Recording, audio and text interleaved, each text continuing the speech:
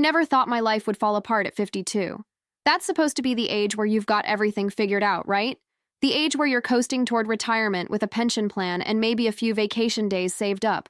Instead, I was standing in the Human Resources office on a Tuesday morning, watching Patricia Monroe, my boss of 15 years, avoid my eyes while some corporate suit I'd never seen before slid a severance packet across the table. The words coming out of his mouth sounded like they were underwater. Restructuring. Budget cuts. Nothing personal. Your position has been eliminated. I remember thinking how strange it was that they used the word eliminated, like my job was some kind of enemy combatant that needed to be taken out. I'd given this company 15 years of my life, 15 years of arriving early, staying late, missing my daughter's soccer games and my son's school plays because there was always one more deadline, one more crisis that only I could handle. Patricia finally looked at me then, and I saw something in her eyes that made my stomach turn. Not sympathy, not regret, just cold calculation, like I was a number on a spreadsheet that didn't add up anymore. She said my name once, just once. Patricia said, "Jennifer, I want you to know this wasn't my decision," but we both knew that was a lie. Patricia had made partner 2 years ago, and since then, she'd been systematically replacing anyone over 40 with fresh graduates who'd worked twice the hours for half the pay. I'd watched it happen to others. I just never thought it would happen to me. I walked out of that building with a cardboard box that felt pathetically light in my arms. 15 years reduced to a stapler, a coffee mug my kids had given me for Mother's Day, and a wilted succulent that had somehow survived on my desk despite my habit of forgetting to water it. The security guard, Marcus, who I'd chatted with every morning for a decade, couldn't look at me as he held the door open. He mumbled something about good luck, but his voice was barely audible. The drive home was a blur. I kept thinking about how I was going to tell my husband, David. We'd been married for 28 years, and in all that time I'd been the stable one, the reliable one, the one with the steady paycheck and the good benefits. David was a freelance graphic designer, which was a nice way of saying his income fluctuated wildly from month to month. We'd built our life around my salary, my insurance, my retirement contributions, and now it was gone. When I pulled into our driveway, I sat in the car for 20 minutes, just staring at our house. It was a nice house, a 3-bedroom colonial we'd bought when the kids were small. The mortgage was almost paid off. Almost. We still had 3 years left, and now I had no idea how we were going to make those payments. David was in his home office when I walked in, hunched over his computer with headphones on, completely absorbed in whatever project he was working on. I stood in the doorway for a full minute before he noticed me. When he did, he pulled off his headphones and smiled, that same easy smile that had made me fall in love with him 29 years ago. David said, "Hey, you're home early. Everything okay?" I opened my mouth to tell him, but nothing came out. Instead, I burst into tears. Just completely fell apart right there in the doorway of his office, still holding that stupid cardboard box. David jumped up and pulled me into his arms, and I sobbed into his shoulder while he rubbed my back and made soothing sounds like I was a child who'd skinned her knee. When I finally calmed down enough to talk, I told him everything. He listened without interrupting, his face growing more serious with every word. When I finished, he was quiet for a long moment. Then he said the words I'd been dreading. David said, "Okay, we'll figure this out. We always do." But I could hear the fear in his voice, even as he tried to sound confident. We both knew our savings wouldn't last long.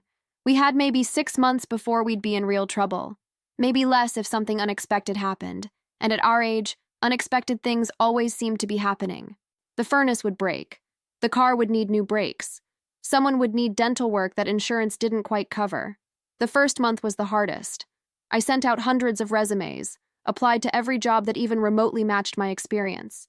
Director of Operations, Operations Manager, Project Coordinator, Administrative Supervisor. I wasn't picky. I just needed something. Anything that would pay the bills and keep our insurance active. David had a small policy through the Freelancers Union, but it was expensive and covered almost nothing. But the responses were always the same. Either complete silence, or those polite rejection emails that all said the same thing in different ways. We've decided to move forward with other candidates. Your experience is impressive, but we're looking for someone with a different skill set. We'll keep your resume on file for future opportunities. I started to notice a pattern. The interviews I did get were with people half my age, fresh-faced managers who looked at me like I was their mother showing up to interview at their startup. They'd ask me about social media strategies and project management software I'd never heard of. They'd use words like synergy and disruption and growth hacking, and I'd nod along like I knew what they were talking about, but we both knew I was faking it. The worst interview was with a company downtown, some tech firm that did something with data analytics. The interviewer was a woman named Melissa who couldn't have been more than 30. She wore expensive jeans and sneakers to work, and she kept her laptop open during our entire conversation, occasionally glancing at the screen like whatever was on it was more interesting than me. Melissa said, "So Jennifer, I see you have extensive experience in operations management. But I'm curious, how do you stay current with emerging technologies and evolving workplace dynamics?" It was a trap question, and we both knew it. What she really meant was, "Aren't you too old for this?" I gave her some answer about being a lifelong learner and adapting to change, but the words felt hollow in my mouth. She thanked me for my time and said they'd be in touch. They never were. By month 3, I was getting desperate. David was picking up extra work where he could, but it wasn't enough. We'd already dipped into our savings to make the mortgage payment. I'd canceled our cable, switched to the cheapest cell phone plan, started buying generic brands at the grocery store. Every little expense suddenly felt like a luxury we couldn't afford. My daughter, Emily, who was 25 and working as a teacher in Portland, offered to send us money. I told her absolutely not, that we were fine, but the truth was, her offer made me feel like a failure. I was supposed to be the one helping her, not the other way around. My son, Marcus, 23 and barely making ends meet as a line cook in Chicago, called every week to check on us. I could hear the worry in his voice, even though he tried to hide it. I started looking at jobs I never would have considered before. Retail, food service, customer service call centers. I applied to be a receptionist at a dental office, a cashier at Target, a night shift stalker at Walmart. Most places never called back. The ones that did took one look at my resume, with its master's degree and decades of management experience, and clearly decided I was overqualified, which was just another way of saying too old. Then one afternoon, I was scrolling through job listings on my laptop when I saw an ad for house cleaners. The company was called Pristine Home Services, and they were hiring immediately. No experience necessary, flexible hours. The pay was barely above minimum wage, but it was something. I stared at that ad for a long time, feeling something hard and bitter settling in my chest. I'd spent 15 years managing teams, overseeing budgets worth millions of dollars, coordinating complex projects across multiple departments. And now I was considering applying to clean other people's houses. The thought made me want to cry, but I clicked on the application anyway. The interview was the next day, at a small office in a strip mall between a nail salon and a sandwich shop. The owner, a tired-looking woman named Ruth, who was probably around my age, barely glanced at my resume. Ruth said, "You have a car? Driver's license? You can pass a background check?" I nodded to all 3 questions. Ruth said, "You're hired. Can you start Monday?" Just like that, I had a job. It wasn't the job I wanted. It wasn't even close to what I'd been doing, but it was a job, and we needed the money. When I told David that night, I watched his face carefully, looking for disappointment or judgment. But he just hugged me and told me he was proud of me for doing what needed to be done. My first day was humbling in ways I hadn't expected. Ruth paired me with another cleaner named Maria, a woman in her 40s who'd been doing this for 6 years. She was patient as she showed me the routine, how to clean a bathroom properly, the right products to use on different surfaces, the order to clean rooms in for maximum efficiency. I watched her work and tried to match her speed, but everything took me twice as long. The houses we cleaned that first week were all in middle-class neighborhoods, places not too different from where I lived. Normal houses with normal messes, kids' toys scattered across living rooms, dishes piled in sinks, bathrooms that needed scrubbing. I told myself it wasn't so bad. The work was physical, which was actually kind of nice after years of sitting at a desk. And there was something satisfying about seeing immediate results. You cleaned a room, and it was clean. Simple as that. But there were moments that stung. Like when I was scrubbing someone's toilet and realized that just 4 months ago, I'd had a corner office and an assistant. Or when we cleaned a house where the woman worked from home, and I could hear her on a conference call in her home office, talking about quarterly projections and strategic initiatives, using all the same corporate language I used to speak fluently. Still, I kept at it. I showed up on time every day. I worked hard. I learned the job. Ruth seemed pleased with my work ethic, and after a few weeks, she started giving me my own assignments, sending me out to houses on my own instead of always pairing me with Maria. The money wasn't great, but it was steady, and that was what mattered. Then, about 6 weeks into the job, Ruth called me into the office. She had a strange expression on her face, somewhere between apologetic and excited. Ruth said, "Jennifer, I have a new client. She specifically requested our most reliable cleaner, and you've been doing great work. But I need to warn you, this one might be uncomfortable for you." My stomach dropped even before she said the name. Ruth said, "It's Patricia Monroe." I didn't realize you two had history until she mentioned it when she called. She said she knew you from your previous job. If you're not comfortable with it, I can send someone else. The room felt like it was spinning. Patricia, my former boss. The woman who'd fired me was now going to be my client. The woman whose bathroom I'd be cleaning, whose floors I'd be mopping. I should have said no. I should have told Ruth to send someone else, that there were a million reasons why this was a terrible idea. Instead, I heard myself say, "It's fine. I'll do it." Ruth looked relieved and handed me the address. Patricia's house was in Riverside Estates, one of those new developments where all the houses looked like miniature mansions and probably cost 3 times what my house was worth.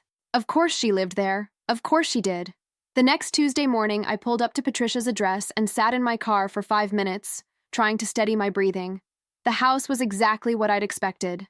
Modern, sprawling, with a perfectly manicured lawn and a 3-car garage. There was a Mercedes in the driveway, probably the same one she used to park in the executive parking lot at the office.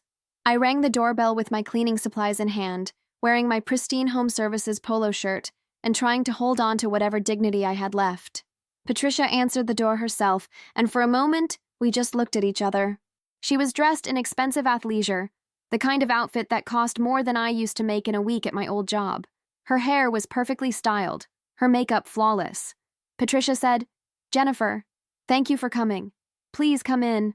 Her voice was bright and professional, like she was greeting a vendor, not her former employee. She gave me a tour of the house, pointing out what needed attention. The hardwood floors needed mopping. The guest bathrooms needed a deep clean. The kitchen needed everything. She spoke quickly, efficiently, barely making eye contact. Then she said something that made my blood run cold. Patricia said, "I have a home office upstairs that's off limits. I work from home most days now, so I'll probably be here while you clean. I hope that's not a problem." It was absolutely a problem, but I just nodded and said it was fine. She showed me where the cleaning supplies were kept, handed me a key so I could let myself in for future visits, and then disappeared upstairs. I heard a door close, and then silence. I stood alone in her enormous, spotless kitchen, looking at the marble countertops and stainless steel appliances, and I felt something crack inside me. This was my life now. This was what I'd been reduced to. I blinked back tears and got to work. The first few visits were excruciating. Patricia would stay upstairs in her office, occasionally emerging to get coffee or a snack, always giving me these tight, uncomfortable smiles. She never mentioned the past, never acknowledged the strange reversal of our positions. It was like she'd decided that if she didn't talk about it, it wasn't real. I, on the other hand, couldn't stop thinking about it. Every time I scrubbed her floors or cleaned her bathrooms, I felt the humiliation burn through me. This was the woman who'd discarded me like I was nothing, who'd ended my career with barely a second thought, and now I was cleaning her house for $12 an hour. The worst part was the small talk she'd attempt sometimes. She'd come downstairs while I was cleaning her kitchen and make these casual comments about the weather or some news story, like we were just two acquaintances making conversation, like she hadn't destroyed my life. I'd respond with short, polite answers, keeping my eyes on whatever I was cleaning, fighting the urge to scream at her. One afternoon, about a month into cleaning her house, Patricia came down while I was organizing her pantry. She stood in the doorway, watching me work for a moment before speaking.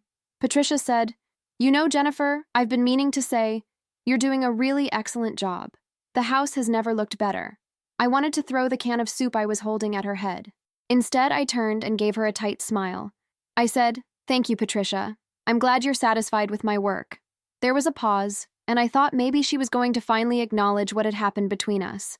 Maybe she'd apologize or at least show some recognition of how bizarre this situation was, but she just nodded and went back upstairs. I stood there in her pantry, surrounded by expensive organic foods and imported olive oils, and I had to grip the shelf to keep myself steady. The unfairness of it all was suffocating, but I needed the money. David's work had slowed down again, and we were barely making ends meet. My car had started making a terrible grinding noise, and we couldn't afford to fix it properly, so David had done some temporary patch job that he said would last a few months if we were lucky. Our health insurance through David's freelancers union was threatening to drop us because we'd missed a payment. Everything felt like it was hanging by a thread. So I kept showing up, week after week, cleaning Patricia's perfect house while she worked upstairs in her off-limits office, probably making more in an hour than I made in a week. I learned the rhythms of her life. She had yoga class on Tuesday evenings, book club on Thursday afternoons. She ordered expensive takeout at least 3 times a week from restaurants I couldn't afford to even walk into. I'd throw away the containers, seeing the receipts attached, $40 for a single meal. That was more than I made in 3 hours of cleaning. I also started noticing things about Patricia that I'd never noticed when I worked for her. She seemed tense, anxious. I'd hear her on phone calls sometimes, and her voice would have this edge to it, sharp and defensive. Once I heard her arguing with someone, her voice rising to a near shout before she caught herself and lowered it to an angry hiss. When she came downstairs 20 minutes later, her eyes were red like she'd been crying. Part of me wanted to feel satisfaction in seeing her stressed, but mostly I just felt empty. The person I'd once respected, once looked up to as a mentor even, had become someone I didn't recognize. Or maybe she'd always been this person and I just hadn't seen it. I started picking up more cleaning jobs to make up for our expenses. Ruth was happy to give me extra assignments, and soon I was working 6 days a week, sometimes cleaning 3 or 4 houses a day. My body ached constantly. My hands were raw and dry from all the cleaning chemicals, no matter how much lotion I used. I'd come home exhausted, too tired to do anything but eat a quick dinner and collapse into bed. David worried about me. He could see how hard I was pushing myself, how the physical and emotional toll was wearing me down. David said, "Jen, maybe you should cut back on some of the houses. You're exhausted all the time." But I couldn't cut back. We needed every dollar. Emily had called the week before, mentioning that her student loans were crushing her and she was thinking about moving back home to save money. I'd told her absolutely not, that we were fine. But the truth was, we could barely support ourselves, let alone help her. Marcus had stopped calling as frequently, and when he did, he sounded worried. He'd asked point blank if we were okay financially, and I'd lied and said everything was under control. Nothing was under control. I started having nightmares about money, dreams where I couldn't pay our mortgage and we lost the house, dreams where David got sick and we couldn't afford his medical bills, dreams where I was cleaning an endless series of houses, each one larger and dirtier than the last, and no matter how hard I worked, I could never finish. I'd wake up in a panic, my heart racing, and have to remind myself it was just a dream. Except it didn't feel like just a dream. It felt like a premonition of what could happen if I couldn't keep all these balls in the air. The other cleaners at Pristine Home Services started to notice how much I was working. Maria, who I'd trained with, pulled me aside one day when we crossed paths at Ruth's office. Maria said, "Jennifer, you need to slow down. I did what you're doing when I first started, and I ended up in the hospital with exhaustion. It's not worth it." I appreciated her concern, but she didn't understand. She had a husband with a stable job. She had a safety net. I was working without a net, and every day felt like I was one mistake away from falling. Around this time, I started noticing more things at Patricia's house. Little inconsistencies. She told me once that her husband traveled frequently for work, but I never saw any evidence of a husband. No men's clothes in the closets. No men's toiletries in the bathrooms. The house was spotless and impersonal, like a model home rather than a place where people actually lived. There were no family photos on the walls, no personal touches, just expensive furniture and designer decor that looked like it came straight out of a catalog. I found myself wondering about Patricia's life. She had all this money, this beautiful house, this successful career, but she seemed lonely, isolated. I'd catch glimpses of her through windows sometimes, sitting at her desk with her shoulders hunched, staring at her computer screen with this look of intense concentration mixed with something that might have been fear. Not that I felt sorry for her. She'd made her choices, and those choices had hurt people, had hurt me. But I started to see her as a more complex person than just the villain in my story. She was trapped too, in her own way. Trapped by whatever decisions she'd made that had led her to this point.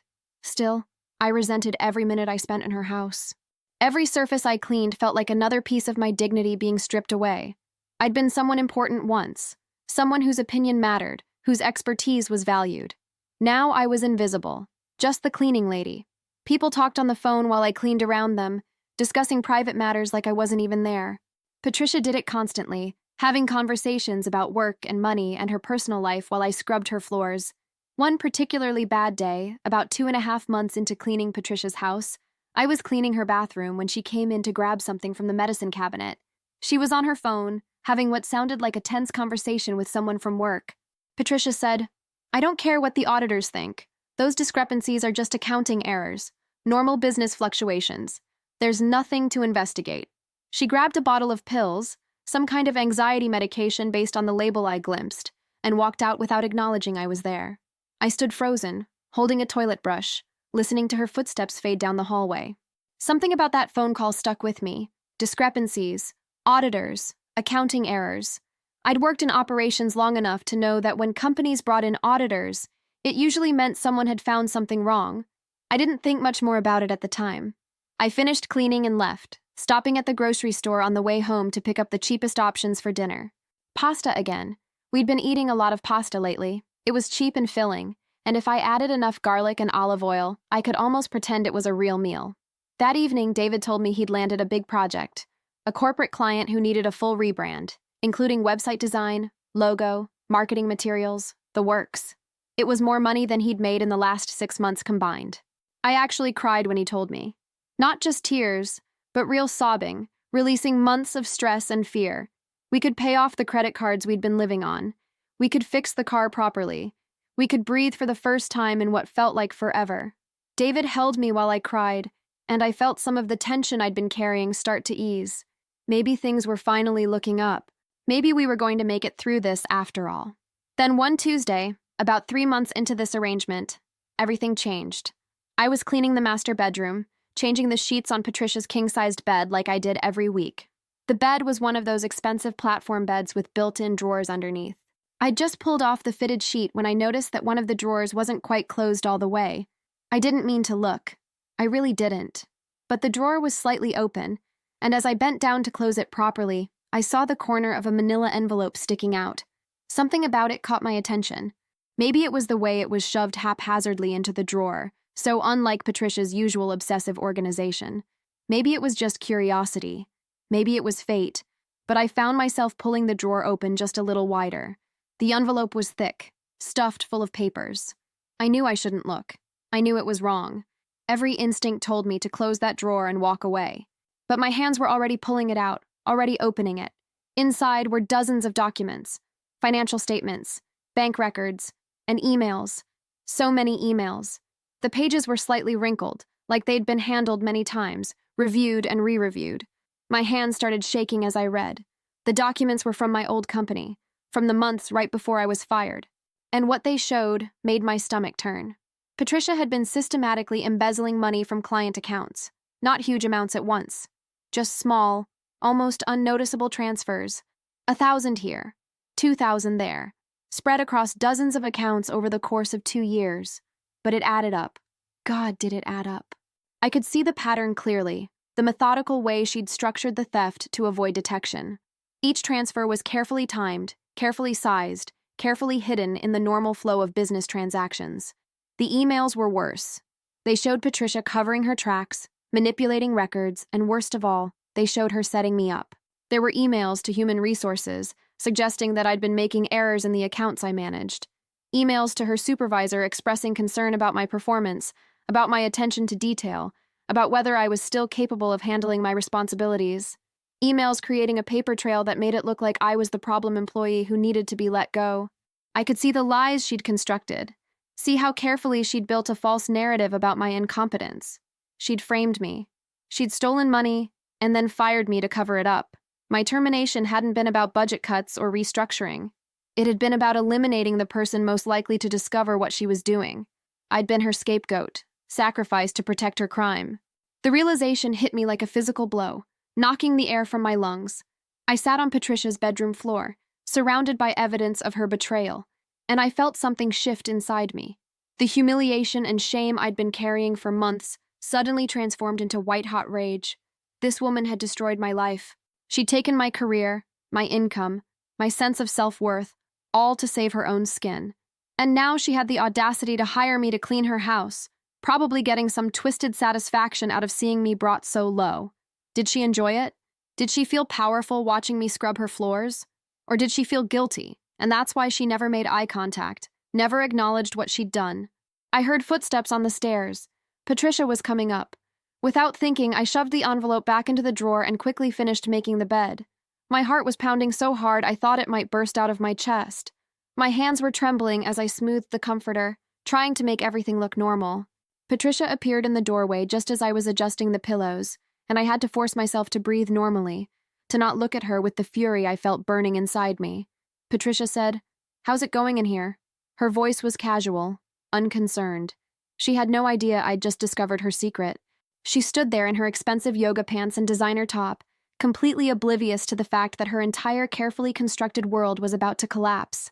I forced myself to smile, though my face felt like it might crack from the effort. I said, "Almost done, just finishing up the bedroom." Patricia nodded and disappeared back downstairs. I heard her heels clicking on the hardwood floor, that confident stride of someone who thought they'd gotten away with everything. As soon as she was gone, I pulled out my phone and started taking pictures. Pictures of every document in that envelope, every email, every bank statement, every piece of evidence. My hands were shaking so badly I had to take some photos twice to make sure they were clear.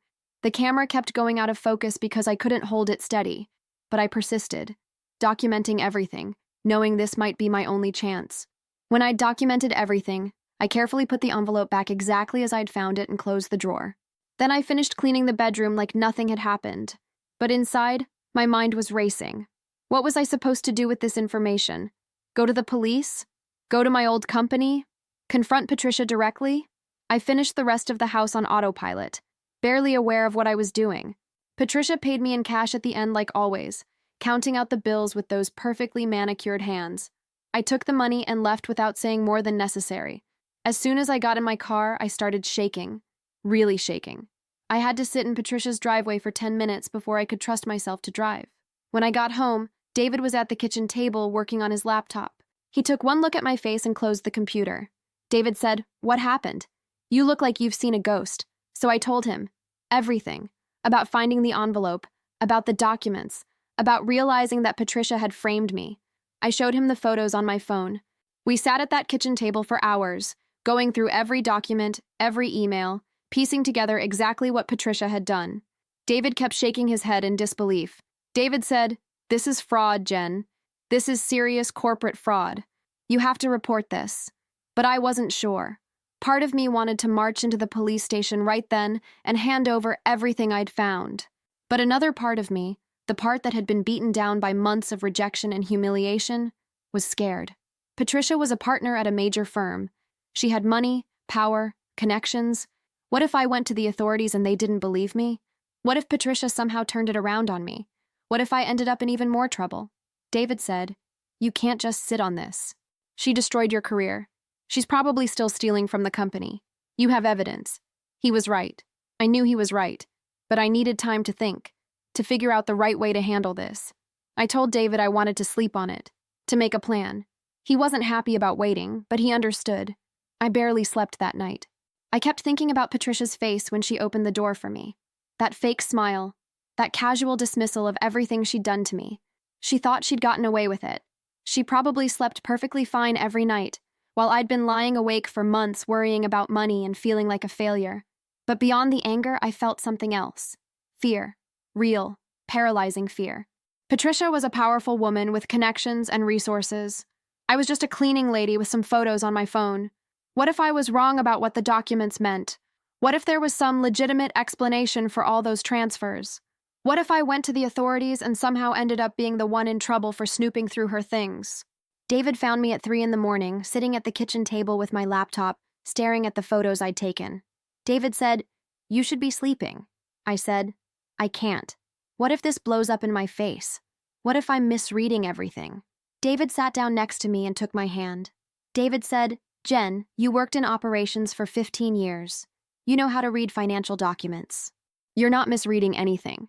That woman stole money and framed you for it. You have proof." He was right, but the fear didn't go away. I'd been beaten down so thoroughly over the past few months that I'd almost forgotten how to fight back. It felt safer to just keep my head down, keep cleaning houses, keep surviving. Making waves, accusing someone like Patricia of a serious crime, that was dangerous. That could backfire spectacularly. The next morning, I called in sick to Ruth. I couldn't face going to any houses, especially not Patricia's, until I figured out what to do. Instead, I spent the day on my laptop, researching. I read about corporate fraud cases, about whistleblower protections, about what kind of evidence was needed to build a solid case.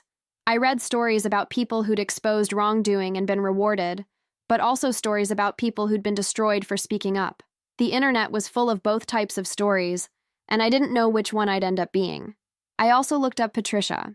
I searched her name along with the company name, looking for any public information about her career. There wasn't much. A few mentions in industry publications about cases she'd worked on.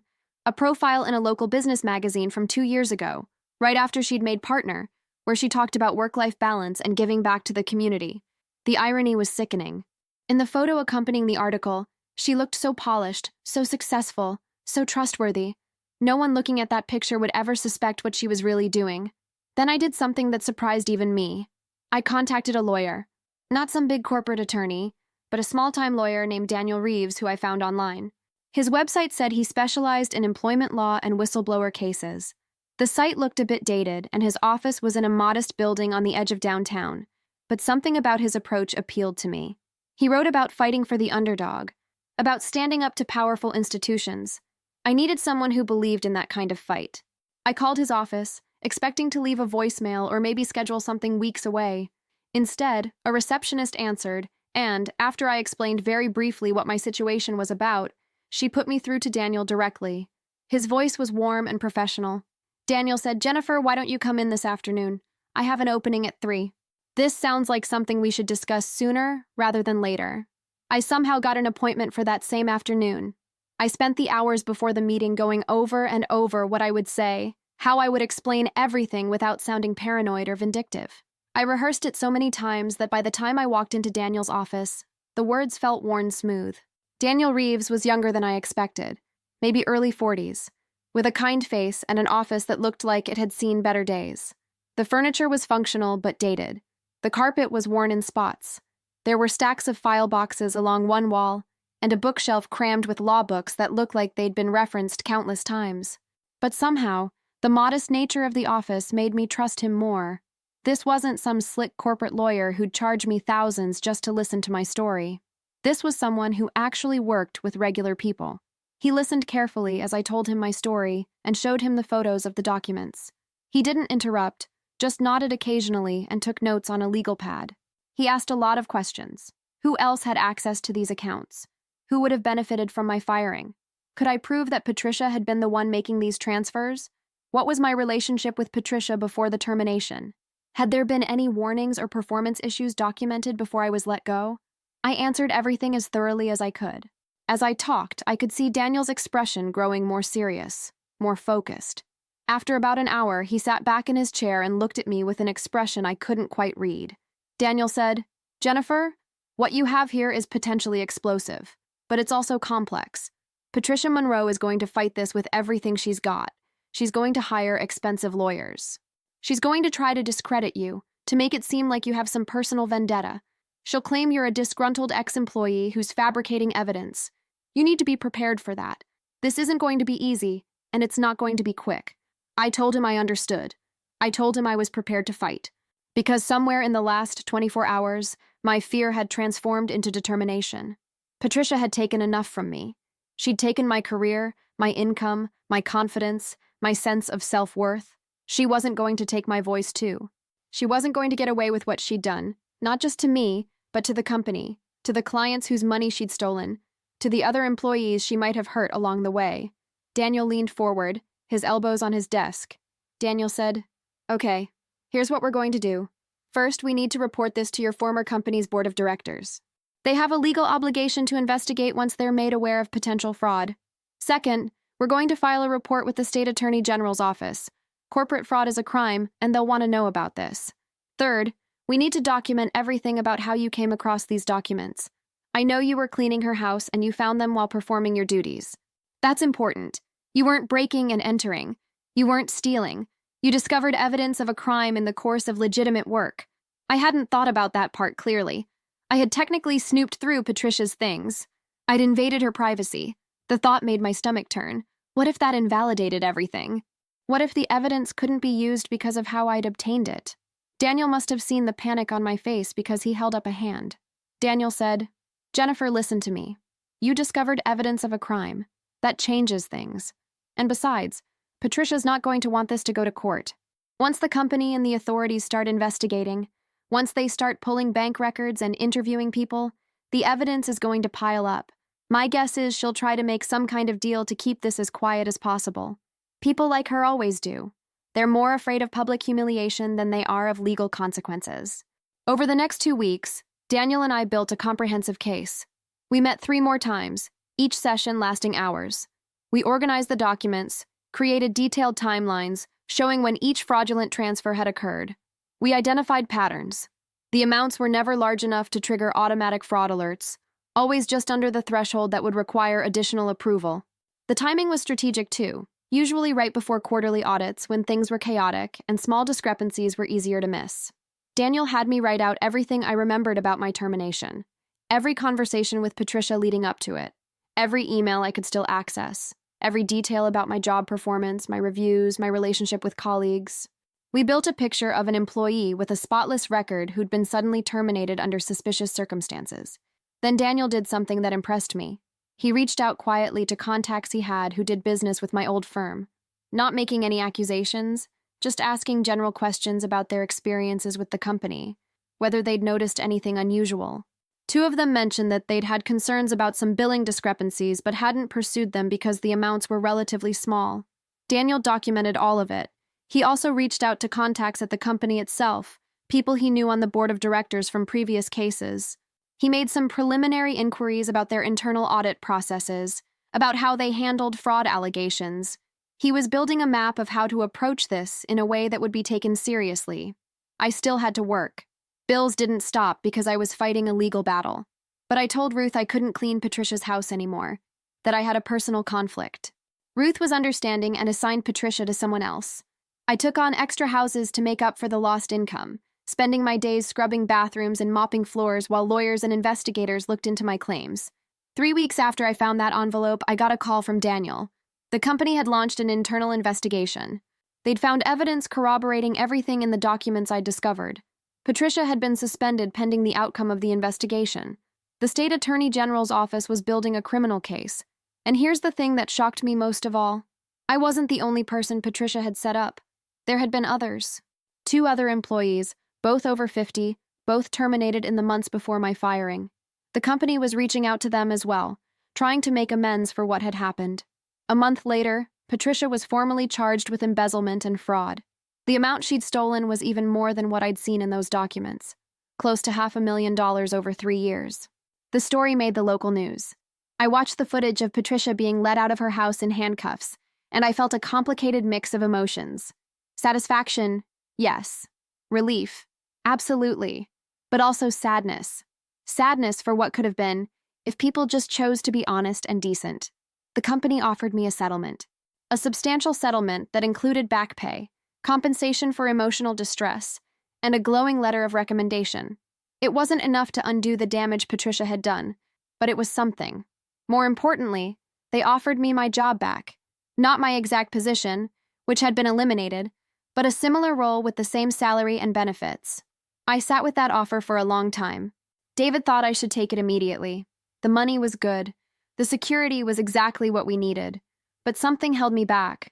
I'd spent months being forced to rebuild my life from the ground up, and in that process, I'd discovered something about myself. I was stronger than I thought, more resilient, more capable of adapting and surviving than I'd ever given myself credit for. I called the company's HR director and thanked her for the offer, but I turned down the job. I could hear the surprise in her voice when I declined. She asked if there was anything they could do to change my mind. I told her no, that I appreciated everything, but I needed to move forward, not backward. Instead, I did something that felt both terrifying and exhilarating. I used part of the settlement money to start my own business. Not a cleaning company, though I had tremendous respect for that work now, but a consulting business, helping other women over 50 who'd been pushed out of their careers. I'd learned so much in the last several months about resilience, about starting over, about the specific challenges women my age faced in the job market. I wanted to use that knowledge to help others. David thought I was crazy at first, starting a business at 53 with no guarantees of success. We were sitting at the kitchen table when I told him my plan, and he just stared at me for a long moment. David said, "Jen, are you sure about this? The company just offered you a stable job with benefits." This settlement could be our cushion, our safety net. Starting a business is risky. I understood his concern. After everything we'd been through, the smart, safe choice would be to take the job offer, rebuild our savings, settle back into a comfortable routine. But something had changed in me over the past months. I'd discovered that I didn't want safe anymore. I wanted meaningful. I said, David, I spent 15 years being safe, and you know what happened? I got fired anyway. Safety is an illusion. I want to do something that matters. I want to help people who are going through what I went through. I know I can make a difference. He was quiet for another moment, then he reached across the table and took my hand. David said, Okay, let's do it. But we're doing this together. I'll help however I can. And he did. David threw himself into helping me launch the business with the same dedication he brought to his own work. He designed the website, making it professional but warm and approachable. He created all the marketing materials, the business cards, the brochures, the social media graphics. He even came up with the name for the business, Phoenix Rising Consulting, because we rise from the ashes of what tried to destroy us. The first month was slow. I'd set up a small office in our spare bedroom, the one that used to be Marcus's room before he moved out. I spent hours creating content for the website, writing blog posts about career transitions, age discrimination, rebuilding after job loss. I reached out to former colleagues, letting them know what I was doing. I joined online communities for women in career transition. I offered free initial consultations to build my client base. My first client was a woman named Linda, who found me through a Facebook group. She was 54, had just been laid off from a pharmaceutical company where she'd worked for 19 years, and was panicking about what to do next. We met at a coffee shop, and she spent the first 20 minutes just crying and apologizing for crying. Linda said, I'm sorry. I just feel so lost. I don't know who I am without that job. I thought I'd be there until I retired. I handed her a napkin and waited until she composed herself. I said, Linda, I understand exactly how you feel. 6 months ago, I was sitting where you're sitting. Actually, I was in a worse place than you're sitting. I was cleaning houses for $12 an hour and feeling like my life was over. But here's what I learned. Losing your job isn't the end of your story. It's just the end of a chapter, and you get to write the next chapter. We talked for 2 hours that day. I helped her update her resume, but more importantly, I helped her see that her experience and skills had value, that being over 50 wasn't a liability, it was an asset, that she had wisdom and perspective that younger workers simply couldn't match. By the end of our conversation, she was sitting up straighter, her eyes brighter with something that looked like hope. Over the next month, I worked with Linda to navigate her job search. We practiced interview techniques. We developed strategies for addressing age-related concerns without sounding defensive. We explored different career paths she might not have considered. And when she finally landed a new position, one that paid more than her previous job and offered better work-life balance, she sent me flowers and a card that made me cry. The card said, Jennifer, you didn't just help me find a job. You helped me find myself again. Thank you for being the light at the end of a very dark tunnel. That card is framed on my office wall now. It reminds me why I do this work. Word of mouth started to spread. Linda referred a friend. That friend referred a colleague. I started getting inquiries through my website. Within 3 months, I had 8 regular clients. Within 6 months, I had 20. I was charging less than I probably should have, but I wanted to make sure my services were accessible to women who were in the same financial situation I'd been in. David's big project had finished successfully, leading to more work from that client and referrals to others. For the first time in over a year, we weren't stressed about money. We were actually ahead on our bills. We'd paid off the credit cards. We'd built our savings back up. We weren't rich, but we were stable, and after everything we'd been through, stability felt like luxury. But more important than the money was the sense of purpose I felt. Every client I helped felt like a small act of defiance against a system that treated experienced workers as disposable. Every woman I supported through her career transition felt like I was honoring my own journey. I wasn't just building a business. I was building a community of resilient, determined women who refused to let age or circumstance define their worth. It started slowly. One client, then another. Women who'd been laid off, pushed out, told they were too old or too expensive or too whatever. I helped them see their worth, helped them navigate the job market or consider alternative paths.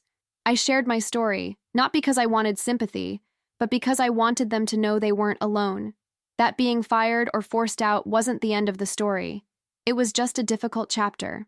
One of my early clients was a woman named Michelle, 58 years old, who'd been a senior marketing director before her company was acquired and her entire department eliminated. She came to me defeated, convinced she'd never work again. Michelle said, "Jennifer, let's be honest. Nobody wants to hire a 58-year-old woman. I've sent out over 200 resumes and gotten 3 interviews. 3. And each one ended the same way. They'd look at me, and I could see it in their eyes. They were thinking I'm too old, too expensive, too close to retirement. Why would they invest in me?" I recognized that despair because I'd felt it myself, but I also knew something Michelle hadn't learned yet. The traditional job market might not want us, but there were other options, other paths. I said, "Michelle, what if you stopped looking for someone to hire you and started working for yourself? You have almost 30 years of marketing experience. Companies need that expertise. They just don't want to pay full-time salaries with benefits for it, but they'll pay consultants. They'll pay freelancers." She looked skeptical at first, but we worked together to build her freelance consulting business. Within 4 months, she had 3 regular clients and was making more money than she had at her previous job. She had flexibility, autonomy, and a renewed sense of confidence. The last time we spoke, she told me she'd never been happier professionally. Then there was Angela, 51, who'd been fired from her teaching position due to budget cuts, though she suspected age discrimination was the real reason. She was drowning in self-doubt, questioning her abilities, wondering if she should just give up on working altogether. Angela said, "Maybe I should just accept that this part of my life is over. Maybe I should focus on being a grandmother and stop trying to prove I still have value in the workplace." That statement broke my heart because I'd thought similar things about myself. The idea that women over 50 should just fade into the background, should accept diminished roles, should be grateful for whatever scraps society decided to throw their way. I said, "Angela, you're 51 years old. You potentially have 20 or more years of work ahead of you. You have experience, skills, knowledge that only comes from living and learning. Why should you accept being invisible? Why should you let other people decide your value?" We worked together on rebuilding her confidence and exploring new career directions. Angela eventually found a position at a nonprofit focused on adult education, where her age and experience were actually seen as assets rather than liabilities. She called me the day she got the job offer, sobbing with relief and joy. These stories, these transformations, they fed something in me. Each success felt personal, like I was retroactively healing the wounds from my own experience. But it wasn't always success stories. Some clients struggled. Some couldn't overcome the barriers they faced. Some gave up. And those failures weighed on me, reminded me how systemic these problems were, how much work still needed to be done. I started writing more publicly about age discrimination and career transitions. I published articles on LinkedIn that got shared thousands of times. I was invited to speak at a local women's business conference about reinventing yourself after 50. Standing on that stage, looking out at an audience of women who'd faced similar struggles, I felt something click into place. This was what I was meant to be doing. Not managing operations for some corporation that saw me as disposable, but this, helping people. Making a difference in lives that mattered. 6 months after I started the business, I had 12 regular clients and a waiting list. I had to start turning people away or referring them to other career coaches because I simply didn't have enough hours in the day. David suggested I hire someone to help, maybe another woman who'd gone through a similar experience and could relate to the clients. It was a good idea, but I wasn't quite ready to expand yet. I wanted to make sure the foundation was solid first. The business grew organically through referrals and word of mouth. I didn't do much traditional marketing. I didn't need to. Women who'd worked with me told their friends. Those friends told their colleagues. My website started getting dozens of inquiries every week. I raised my rates slightly because I had to, because the demand was there and I needed to value my own time and expertise. But I also started offering some free workshops and webinars for women who couldn't afford individual coaching. I wanted to make sure that financial barriers didn't prevent people from getting help. A year later, I had 25 clients and still had a waiting list. I was making more money than I ever had at my old job, and more importantly, I was making a difference. I was helping women who'd been made to feel invisible and worthless see their own strength and value. Every thank you email, every success story, every transformation, it all validated the choice I'd made to turn down that job offer and bet on myself instead. Patricia, meanwhile, pleaded guilty to the charges against her. She avoided jail time but lost her law license, had to pay back everything she stole plus penalties, and was put on probation for 5 years. I followed her case in the news, but I felt oddly detached from it. What she'd done to me had been terrible, But it had also led me to a better place, a more authentic place. I'd stopped defining myself by corporate titles and salary figures, and started defining myself by the impact I made on other people's lives. I saw Ruth from Pristine Home Services about a year after I'd stopped cleaning houses. We ran into each other at the grocery store and she gave me a huge hug. Ruth said, "Jennifer, I heard about your business. I'm so proud of you.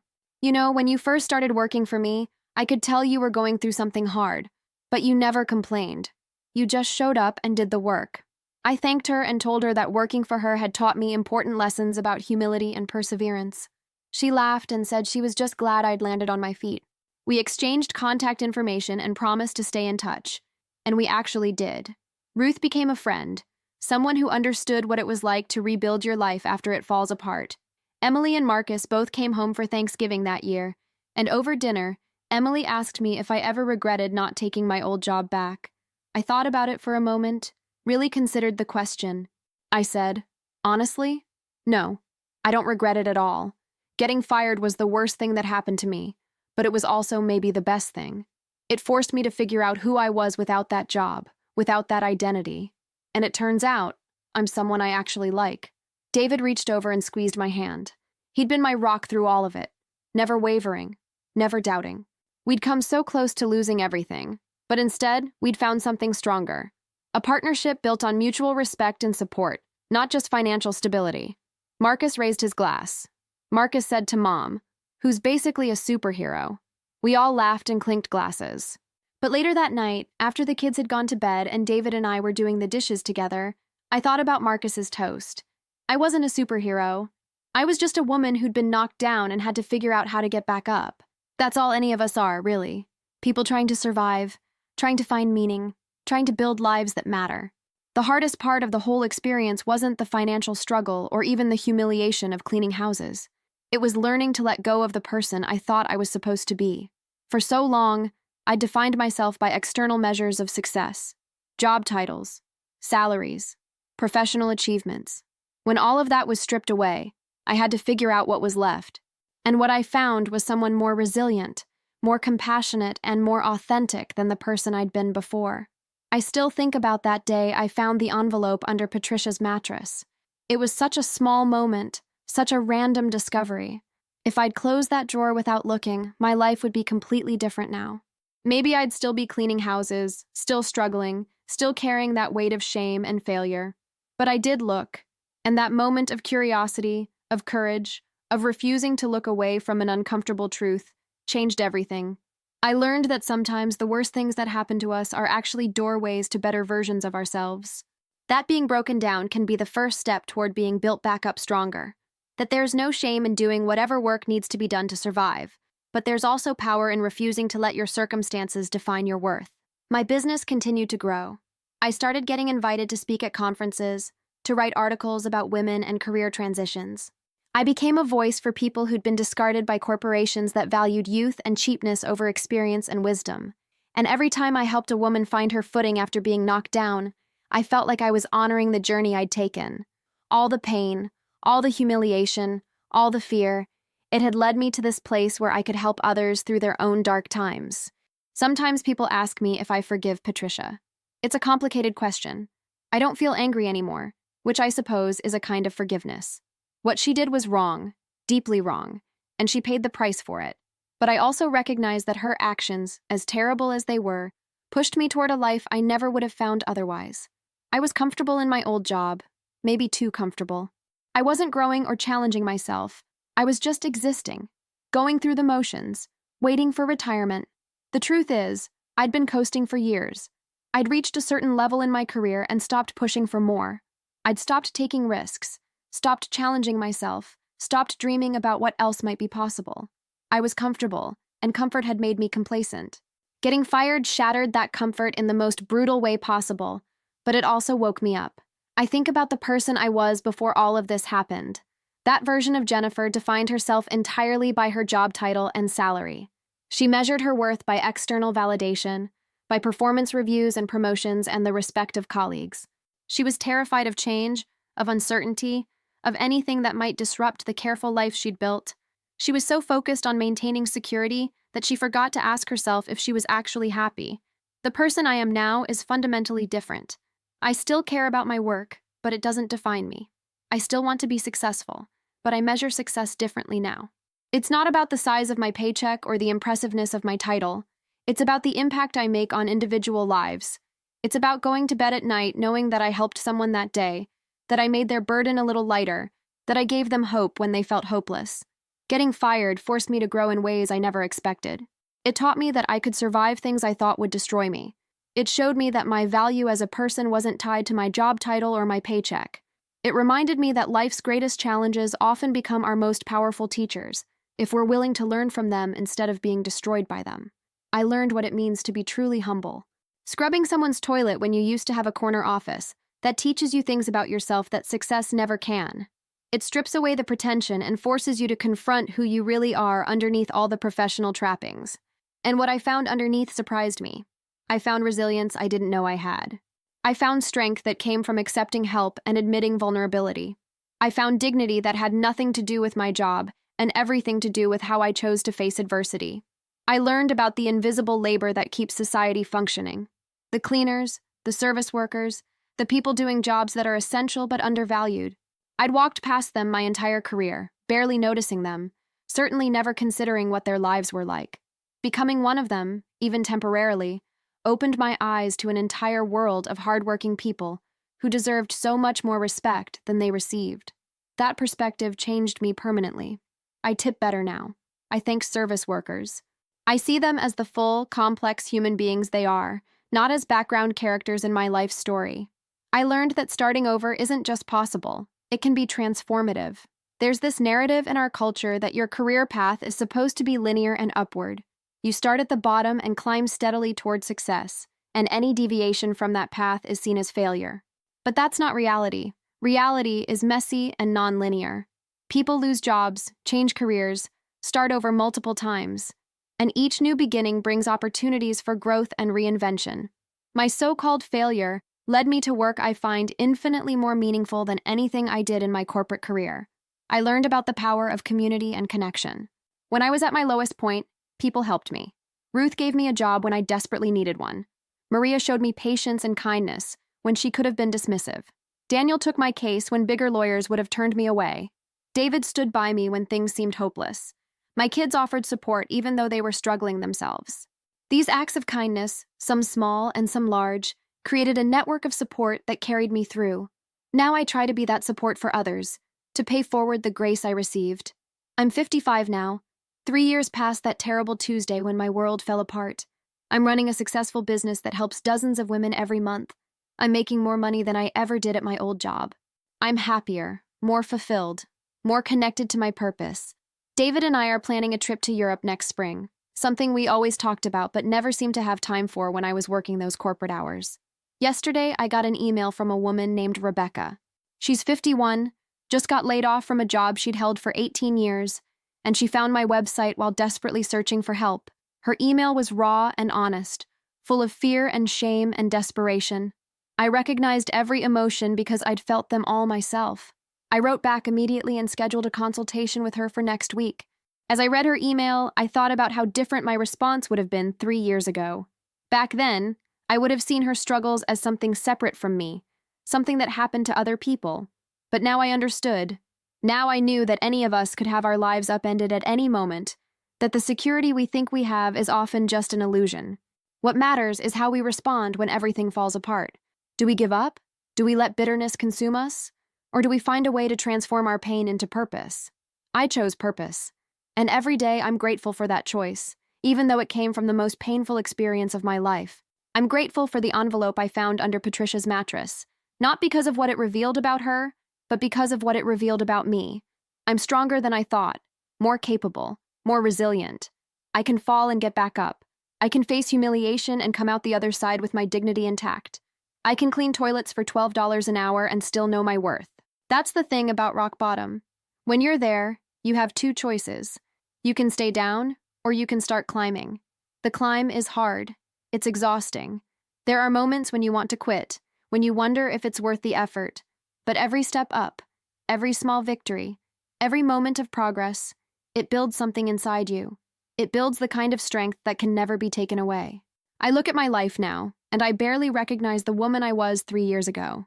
That woman was accomplished but afraid, successful but insecure, comfortable but unfulfilled. The woman I am now has less security but more confidence, fewer guarantees but more purpose, a smaller safety net but bigger dreams.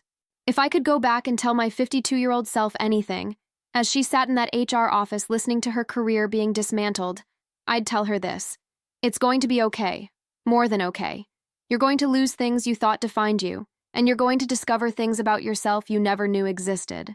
You're going to scrub toilets and mop floors, and you're going to do it with your head held high because you'll understand that work has dignity regardless of what society says. You're going to find an envelope under a mattress that will change everything.